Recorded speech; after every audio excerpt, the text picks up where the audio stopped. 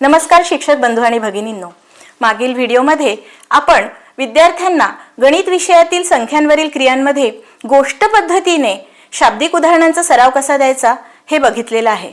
आता या नवीन व्हिडिओमध्ये आपण विद्यार्थ्यांना कलेचा आधार घेऊन कसं शिकवायचं हे बघणार आहोत।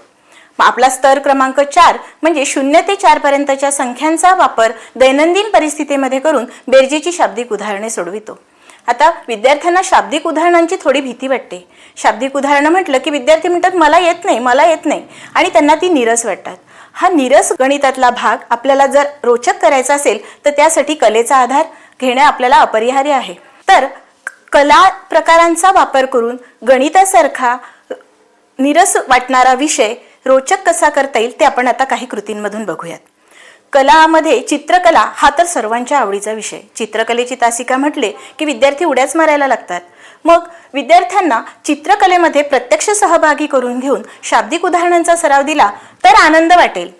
मग विद्यार्थ्यांना एक उदाहरण दिलं की एका तळ्यामध्ये 2 मासे होते आणि तिथे एक मासा पुन्हा आला, तर त्या तळ्यामध्ये किती मासे झालेत बरं? आपण कागद आणि पेन त्यांच्याकडे द्यायचा आणि त्यांना एक तळाचं चित्र काढायला लावायचं। तळ म्हणजे एक साधा गोल। चित्रे खूप सोपी असायला हवीत, कारण जेणेकरून विद्यार्थ्यांना ती क्लिष्टता यायला नको। विद्यार्थी असे तळे काढतील, त्यामध्ये 2 मासे काढतील आधी आणि या 2 माशांच्या नंतर एक मागून छोटा मासा देखील आला आहे। आता एकूण किती मासे झालेत असं विचारायचं। असं विचारल्यानंतर ते लगेच सांगतील 3 मासे झालेत।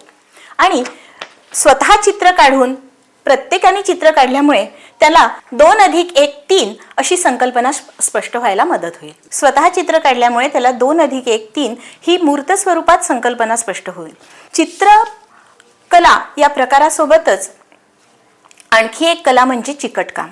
विद्यार्थ्यांना चिकटकाम करायला खूप आवडतं आणि त्यासाठी आपण त्यांना असे कार्डबोर्ड शीट्स देऊ शकतो किंवा त्यांच्याच एखाद्या कोऱ्या वहीमध्ये काही वस्तू चिकटवून त्यांना बेरजेचा सराव देऊ शकतो।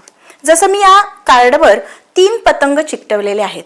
हे पतंग सहज निघतात। डबल साइडेड टेप आपण त्याला चिकटवल्यामुळे हे चिकटकाम सोपं आहे। अशा पद्धतीने 3 लाल रंगाचे पतंग चिकटवून घेतलेत। आणखी 2 पिवळ्या रंगाचे पतंग मी याला चिकटवणार आहे, 1 आणि 2। आता एकूण पतंग किती झालेत बरं? विद्यार्थी मोजतील आणि 1 2 3 4 5 एकूण 5 पतंग झाले असे मोजतील। अशा पद्धतीने आपण विविध वस्तू यामध्ये घेऊ शकतो। उदाहरणार्थ बटन्स आहेत, टिकले आहेत, झाडांची पाने आहेत।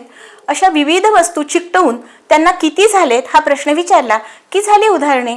अशा पद्धतीने चिकटकाम करून सुद्धा विद्यार्थ्यांना आपण शाब्दिक उदाहरणांचा सराव दिलाय। विद्यार्थ्यांना मातीकाम करणे सुद्धा खूप आवडते, म्हणून ती मॅजिक क्ले म्हणून जी मिळते रंगीत माती, त्याचे गोळे घेऊन सुद्धा आपण विविध आकार तयार करून त्यांची मिळवून ते किती झाले हे विद्यार्थ्यांना विचारू शकतो। आणि विद्यार्थ्यांच्या परिसरात देखील माती असते, त्या मातीचे गोळे बोलवून त्याचे विविध आकार, गोल आकार केले की त्याला लाडू, चेंडू, मणी अशा पद्धतीने किती झालेत हे विचारू शकतो। आता ह्या सर्व प्रकारांमध्ये सगळ्यात महत्त्वाचा भाग म्हणजे नाट्यीकरण। नाट्यीकरण कले ही विद्यार्थ्यांना प्रत्यक्ष सहभाग देणारी कला, म्हणून ह्याचा सुद्धा आपल्याला शाब्दिक उदाहरणांमध्ये उपयोग करून घेता येईल। यासाठी विद्यार्थ्यांना एक संकल्पना सांगून त्यामध्ये प्रत्यक्ष सहभागी करून घ्यायचं आहे। उदाहरणार्थ त्यांना एखादी संकल्पना सांगायची की एक जंगल होतं, त्या जंगलामध्ये 4 वाघ होते। मग लगेच 4 मुलं समोर येतील, ते उभे राहतील आणि वाघाची डरकाळी फोडतील आणि तेथे 2 हरिण आले। मग हरिणांच्या चालीने धावत मुलं येतील।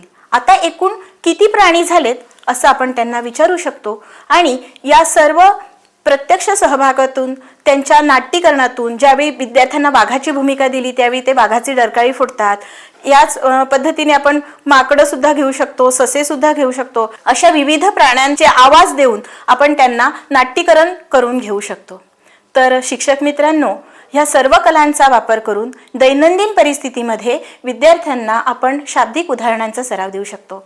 मला खात्री आहे की ह्या सर्व पद्धती आपल्याला नक्की आवडल्या असतील। धन्यवाद।